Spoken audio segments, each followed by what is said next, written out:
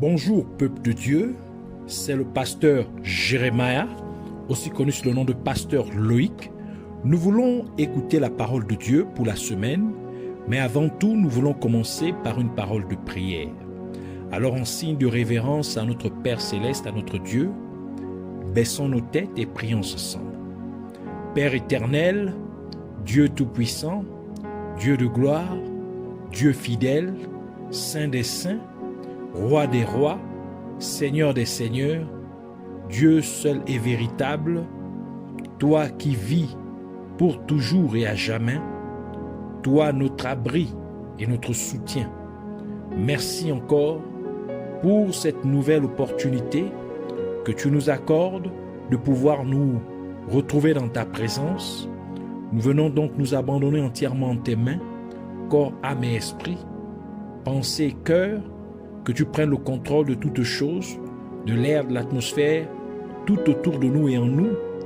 Puisses-tu sanctifier, nous pardonner aussi de tout ce que nous avons pu faire, penser et dire qui ne t'a pas honoré et glorifié. Pardonne-nous pour nos mauvaises attitudes, nos mauvaises intentions, nos mauvaises paroles, nos mauvais comportements, nos mauvaises actions. Puisses-tu nous sanctifier, purifier par l'eau de purification et par le sang de ton Fils Jésus-Christ. Rends-nous agréables à tes yeux, purge notre conscience de toute œuvre inutile, de toute œuvre morte, afin que nous venions à te servir comme il se doit. Nous venons nous opposer à tout esprit qui s'élève contre la révélation de ta parole, tout esprit qui s'oppose à la connaissance de la vérité, car ta parole est la vérité. Nous les lions, les renvoyons dans les gouffres de l'enfer, une fois pour toutes, au nom de Jésus-Christ, et nous proclamons que Jésus-Christ est Seigneur à la gloire de Dieu le Père. Ainsi, nous prions, Père, que tu nous amènes dans les profondeurs de la révélation de ta parole, de ta personne, parce que tu es ta parole. Merci de le faire, que ta parole nous bénit, qu'elle nous donne la vie, parce que tu as dit que les paroles que tu dis sont vie et esprit. Merci. Reçois toute la gloire, l'honneur et la majesté. Au nom de Jésus-Christ, nous avons ainsi prié. Amen. Alors nous allons prendre notre passage des Saintes Écritures dans le livre d'Exode, chapitre 33, versets 18 à 23. Nous lisons la parole de Dieu dans Exode, chapitre 33, versets 18 à 23. Au nom de Jésus-Christ. Moïse dit: fais-moi voir ta gloire.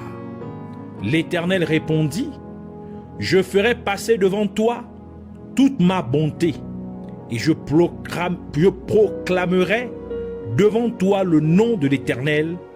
Je fais grâce à qui je fais grâce, et miséricorde à qui je fais miséricorde. L'Éternel dit: tu ne pourras pas voir ma face, car l'homme ne peut me voir et vivre. L'Éternel dit: voici un lieu près de moi, tu te tiendras sur le rocher. Quand ma gloire passera, je te mettrai dans le creux du rocher et je te couvrirai de ma main jusqu'à ce que j'ai passé. Et lorsque je retournerai ma main, tu me verras par derrière, mais ma face ne pourra pas être vue. Que le Seigneur bénisse sa parole, qu'elle vienne pleine de vie, de grâce, de bénédiction, de faveur au nom de Jésus-Christ. Alors pour cette semaine, le Seigneur voudrait nous enseigner sur « Tu verras mon dos » ou « le dos de Dieu ». Le titre de l'enseignement pour cette semaine est « Tu verras mon dos » ou « le dos de Dieu ». Moïse demande à Dieu de lui montrer sa gloire. Mais Dieu répond en disant: tu me verras de dos. Ou encore, tu me verras par derrière. Donc tu verras mon dos. Nous sommes donc intéressés ou curieux de savoir s'il y a une corrélation entre la gloire de Dieu et le dos de Dieu. Et lorsque nous parcourons les Écritures, nous venons donc à comprendre qu'il y a deux manières d'expérimenter ou de voir la gloire de Dieu. La première façon de voir la gloire de Dieu est d'aller à la montagne.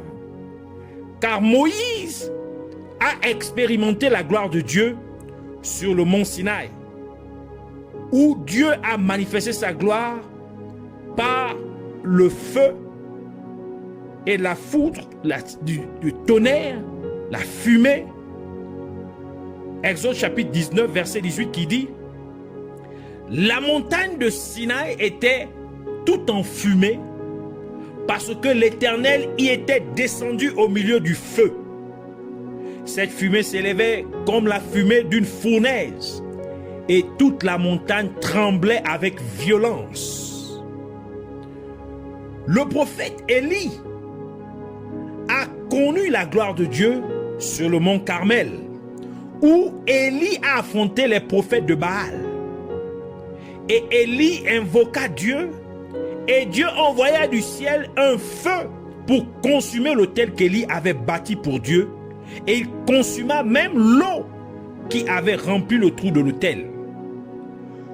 Moïse a également connu la gloire de Dieu sur le mont Horeb, également connu sous le nom de la montagne de Dieu.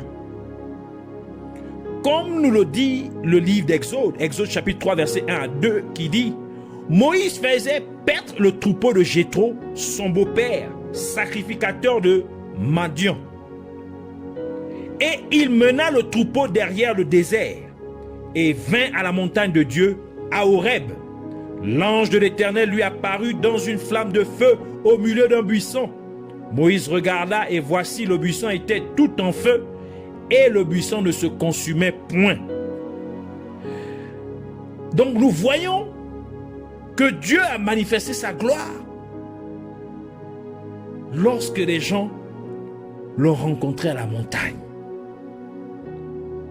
La deuxième façon de voir la gloire de Dieu est sur le dos d'une certaine personne. Mais qui est cette personne? Dans le livre de Jean, Jésus-Christ a dit ce qui suit à la femme samaritaine. Jean chapitre 4 verset 21 à 24, il dit: Femme, lui dit Jésus, crois-moi, l'heure vient où ce ne sera ni sur cette montagne, ni à Jérusalem, que vous adorez le Père. Vous adorez ce que vous ne connaissez pas. Nous adorons ce que nous connaissons.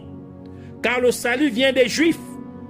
Mais l'heure vient, et elle est déjà venue, où les vrais adorateurs adoreront le Père en esprit et en vérité. Car ce sont là les adorateurs que le Père demande. Dieu est esprit, et il faut que ceux qui l'adorent en esprit et en vérité. Donc Jésus dit que ce n'est plus à la montagne qu'on doit expérimenter la gloire de Dieu.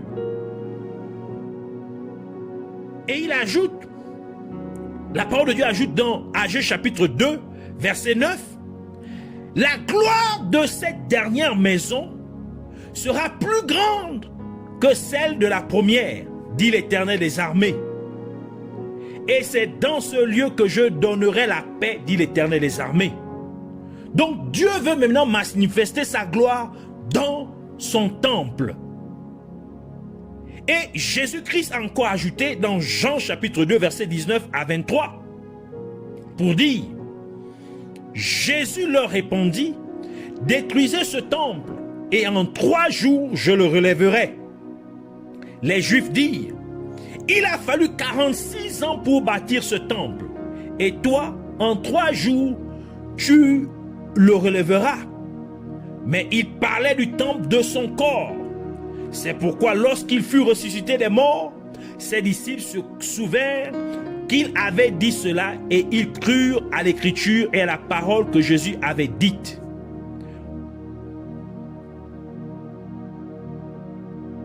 Donc nous pouvons nous arrêter jusqu'au verset 22. Ainsi, nous comprenons que ce dernier temple, ou le deuxième temple, est en fait une personne. Et c'est pourquoi Dieu a parlé par le prophète Malachie pour dire, dans Malachie chapitre 3, verset 1, « Voici, j'enverrai mon messager, il préparera le chemin devant moi, et soudain entrera dans son temple le Seigneur que vous cherchez, et le messager de l'alliance que vous désirez. Voici, il vient, dit l'Éternel des armées. » Et le livre de Jean précise pour dire dans Jean chapitre 1, verset 1 et verset 14, il dit, au commencement était la parole, et la parole était avec Dieu, et la parole était Dieu, verset 14, et la parole a été faite chair, et elle a habité parmi nous, pleine de grâce et de vérité, et nous avons contemplé sa gloire, une gloire comme la gloire du Fils unique venu du Père. Ainsi nous comprenons, Dieu a fait que son temple se manifeste physiquement dans la personne de Jésus-Christ, afin que la gloire du second temple puisse être plus grande que celle du premier. Et cela signifie donc que la gloire de Dieu est plus grande lorsqu'elle se manifeste à travers une personne. Et dans ce cas, cette personne est Jésus-Christ. Donc la gloire de Dieu se manifeste au travers de la personne de Jésus-Christ. Et parce que la femme qui avait une perte de sang depuis 12 ans eut compris le mystère du dos de Dieu, elle vint ainsi par l'arrière et elle toucha le dos de Jésus-Christ. Et elle expérimenta ainsi la gloire de Dieu en étant immédiatement guérie de sa perte de sang. Marc chapitre 5 verset 25 à 28 qui dit, « Oh, il y avait une femme atteinte d'une perte de sang depuis 12 ans. Et elle avait beaucoup souffert entre les mains de plusieurs médecins. Elle avait dépensé tout ce qu'elle possédait et elle n'avait éprouvé aucun soulagement. Mais elle était allée plutôt en empirant. Ayant entendu parler de Jésus, elle vint dans la foule par derrière et toucha son vêtement, car elle disait, « Si je puis seulement toucher ses vêtements, je serai guérie. » Au même instant, la perte de sang s'arrêta et elle sentit dans son dos elle sentit dans son corps qu'elle était guérie de son mal. Ainsi, Dieu a manifesté donc sa gloire sur le dos de Jésus-Christ, au travers de la personne de Jésus-Christ. La femme samaritaine, la femme avec l'issue de sang, toucha le dos de Jésus et elle expérimenta la gloire de Dieu. Lorsque vous entrez dans une librairie, nous allons un peu plus en profondeur, pour acheter un livre intéressant, vous êtes généralement attiré par le titre du livre. Et pour savoir si le livre est intéressant, vous ne lirez pas le livre, mais vous lirez plutôt le dos du livre.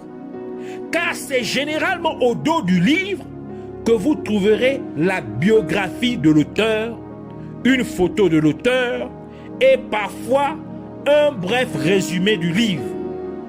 Par conséquent, en lisant le dos du livre, vous auriez une idée de ce dont parle le livre. Et c'est bien pour cela que Dieu dit à Moïse, « Tu me verras de dos, donc tu me verras de derrière. » Car Dieu est sa parole. Comme le déclare le livre de Jean chapitre 1 verset 1 que nous avons lu, au commencement était la parole, et la parole était avec Dieu, et la parole était Dieu. Ainsi, en montrant son dos à Moïse, Dieu donnait en fait à Moïse une biographie de lui-même. En montrant son dos à Moïse, Dieu donnait en fait à Moïse une brève description de qui il est. En montrant son dos à Moïse, Dieu présentait en fait à Moïse une image de lui-même. Et ce qui est encore plus pertinent, c'est qu'en montrant son dos à Moïse, Dieu disait en fait à Moïse que ce que tu me demandes, quand tu dis montre-moi ta gloire, c'est une question de temps. C'est une question de temps car c'est à la fin du livre, c'est-à-dire au dos du livre, que tu peux voir à quoi ressemble l'auteur du livre. C'est à la fin du livre, en d'autres termes, au dos du livre, que la biographie de l'auteur est donnée. Donc, si vous voulez voir l'auteur de la parole de Dieu, vous devez attendre le temps de la fin, c'est-à-dire le temps de l'accomplissement du contenu du livre. Si vous voulez voir la biographie de l'auteur de la parole de Dieu, vous devez attendre l'accomplissement du contenu de la parole de Dieu. Et c'est pourquoi, lorsque Jésus-Christ était sur le point de rendre l'âme étant sur la croix, il dit, dans Jean chapitre 19, verset 30, il dit, tout est accompli. Ainsi, par cela, nous comprenons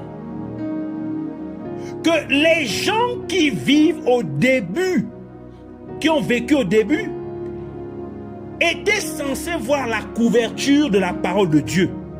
Ils étaient censés voir le titre de la parole de Dieu.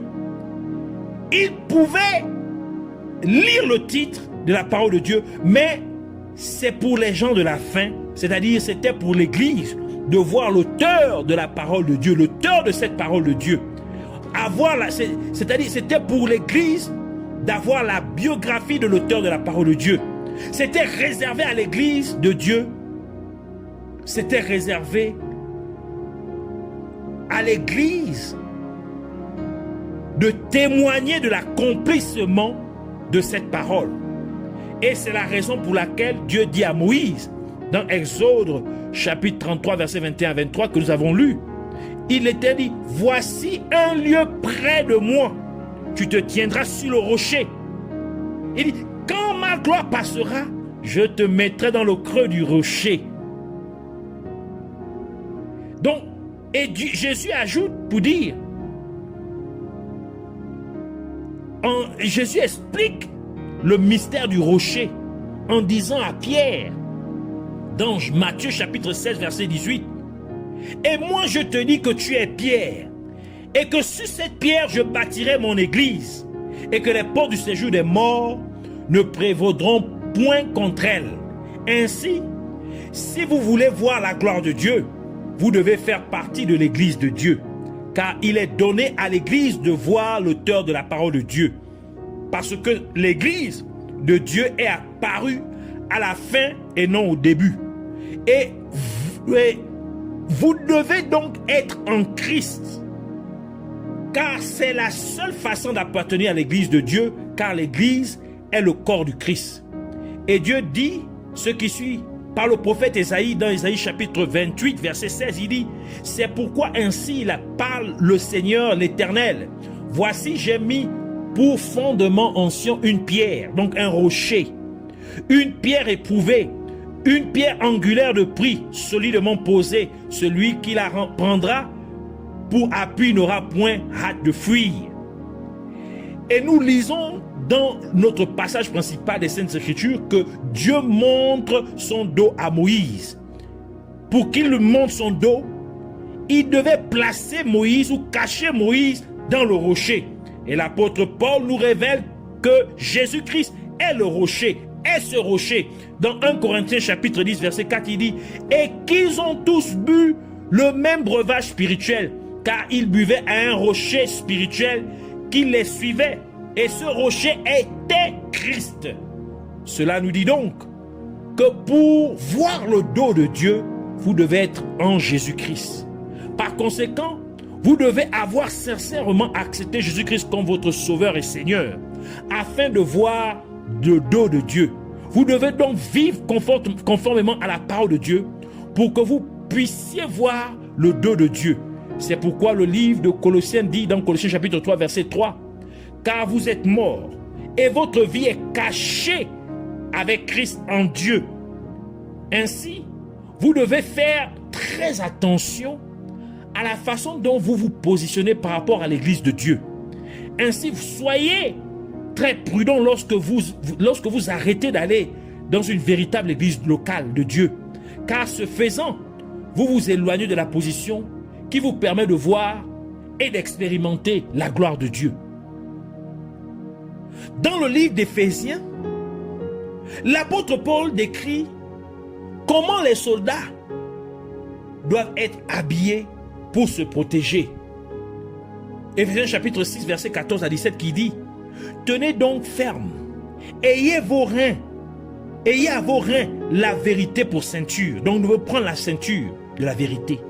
Revêtez la cuirasse de la justice. Mettez pour chaussure à vos pieds le zèle que donne l'évangile de paix. Prenez par-dessus tout cela le bouclier de la foi, avec lequel vous pourrez éteindre tous les traits enflammés du malin. Prenez aussi le casque du salut et l'épée de l'esprit qui est la parole de Dieu. Et quand on observe de près, on peut s'apercevoir que le soldat, lorsqu'il a entièrement revêtu l'armure de Dieu, l'armure, donc lorsqu'il est entièrement vêtu d'une armure, il serait protégé partout, sauf au dos, sauf dans son dos. Ainsi, le soldat serait vulnérable au niveau du dos, car le soldat est censé faire face à ses adversaires. C'est pourquoi il ne protège pas son dos. Il est censé faire face à ses ennemis. Il n'est pas censé leur tourner le dos, car ce faisant, c'est comme fuir ses ennemis. Mais dans notre passage principal des Saintes Écritures, nous voyons que lorsque Moïse est caché dans le rocher, Dieu montre son dos à Moïse. Et sachant que ce rocher était une représentation de Jésus-Christ, cela révèle donc que lorsque nous sommes cachés en Jésus-Christ, Dieu se rend vulnérable à notre égard. Dieu se rend faible, il se fait faible envers nous. Car c'est lorsque nous sommes en Jésus-Christ que Dieu nous montre son dos. Or le dos, c'est là où la partie où le soldat ne se protège pas. Donc il est vulnérable au niveau du dos. Ainsi, lorsque nous sommes en Jésus-Christ, Dieu devient indulgent ou généreux envers nous. Et c'est la raison pour laquelle nos requêtes de prière sont exaucées au nom de Jésus-Christ. Nos péchés sont pardonnés lorsque nous sommes en Jésus-Christ. Éphésiens chapitre 1 verset 7 dit: en lui, donc en Christ, en Jésus-Christ, nous avons la rédemption par son sang, la rémission des péchés selon la richesse de sa grâce. Jean chapitre 16 verset 23 a juste vous dire: en ce jour-là, vous ne m'interrogez plus sur rien. En vérité, je vous le dis, ce que vous demanderez au Père, il vous le donnera en mon nom. Donc au nom de Jésus-Christ. Donc pourquoi? Parce que lorsque nous sommes en Jésus, Dieu devient vulnérable à notre égard. Il devient indulgent. Il nous devient favorable. Dieu, tu as un animal pour couvrir le péché d'Adam et Ève. Genèse chapitre 3 verset 21, il dit: l'Éternel Dieu fit à Adam et à sa femme des habits de peau. Donc la peau, il a dû tuer un animal pour avoir la peau. Et il les en revêtit. Rebecca tua 2 chevreaux pour couvrir Jacob, afin que Jacob puisse recevoir la bénédiction du premier-né, même s'il n'était pas le premier-né. Genèse chapitre 25, versets 7 à 17. Donc, nous savons que Jésus-Christ est appelé l'agneau de Dieu.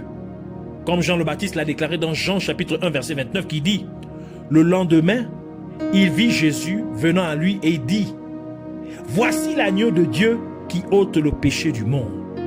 Ainsi nous comprenons que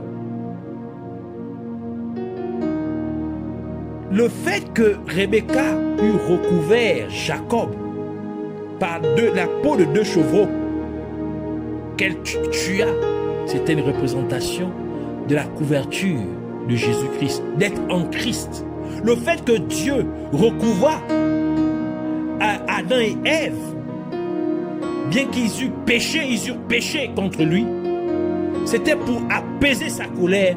Donc, il est recouvert par Christ. Donc, quand Dieu voyait maintenant, il voyait Christ. Quand Dieu vit Jacob, il voyait Christ. C'est pourquoi Jacob a reçu la bénédiction qui était normalement destinée pour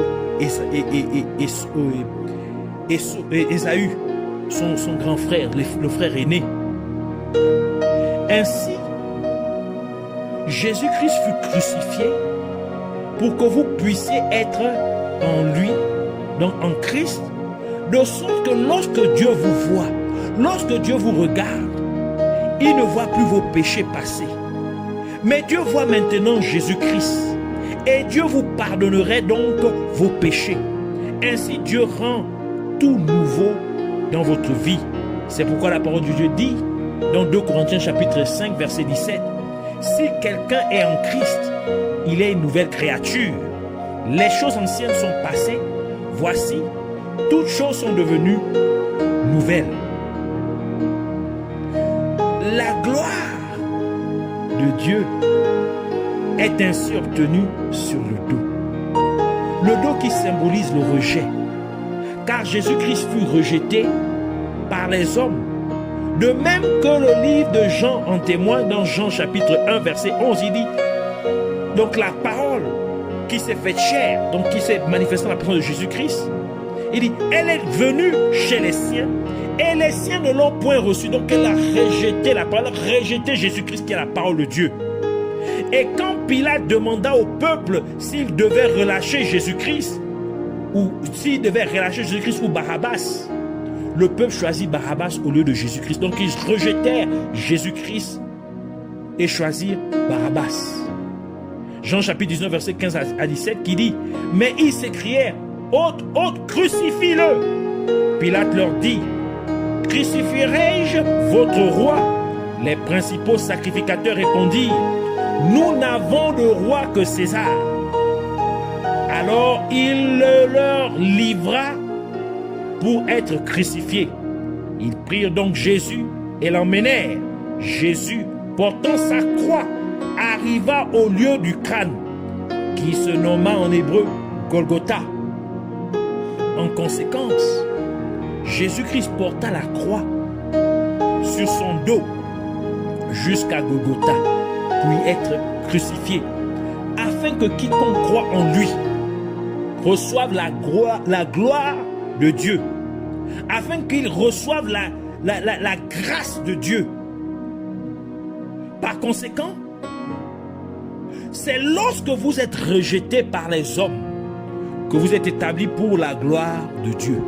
C'est quand les gens vous négligent, quand les gens vous méprisent, quand les gens vous rejettent, que Dieu vous positionne pour la manifestation de sa gloire.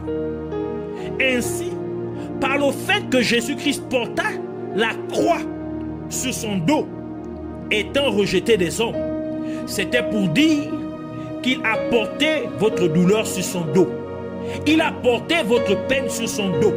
Il a porté vos malédictions sur son dos. Cela nous révèle donc que la gloire de Dieu se manifeste à travers la souffrance. Et parce que le dos représente le rejet, ainsi Jésus-Christ fut rejeté. Et en conséquence, Jésus-Christ porta la croix sur son dos après avoir été frappé, battu sur le dos. Ésaïe chapitre 50 verset 6. C'est Dieu qui parle au travers du prophète Ésaïe pour dire, j'ai livré mon dos à ceux qui me frappaient et mes joues à ceux qui m'arrachaient la barbe. Je n'ai pas dérobé mon visage aux ignominies et aux crachats. Ainsi Jésus-Christ fut frappé sur son dos afin que vous puissiez être guéris, comme le prophète Ésaïe l'a déclaré dans Ésaïe chapitre 53 verset 5 qui vous dit, mais il était blessé pour nos péchés, brisé pour nos iniquités. Le châtiment qui nous donne la paix est tombé sur lui. Et c'est par ses meurtrissures que nous sommes guéris. Donc la gloire de Dieu se manifeste sur le dos d'une personne, et cette personne est Jésus-Christ. Se manifeste en Jésus-Christ. C'est pourquoi Dieu montra son dos à Moïse. Ainsi nous voulons prier pour dire merci Seigneur Jésus-Christ pour cette révélation de ta parole. Merci de m'avoir transmis la connaissance des vérités et des vérités profondes de ta parole. Et je prie Abba Père, déclarons que je crois à la mort et à la résurrection de Jésus-Christ. Je crois vraiment que Jésus-Christ est mort pour mes péchés et qu'il est ressuscité d'entre les morts pour ma justification. Par conséquent, je t'accepte Seigneur Jésus-Christ dans ma vie comme mon Sauveur et mon Seigneur.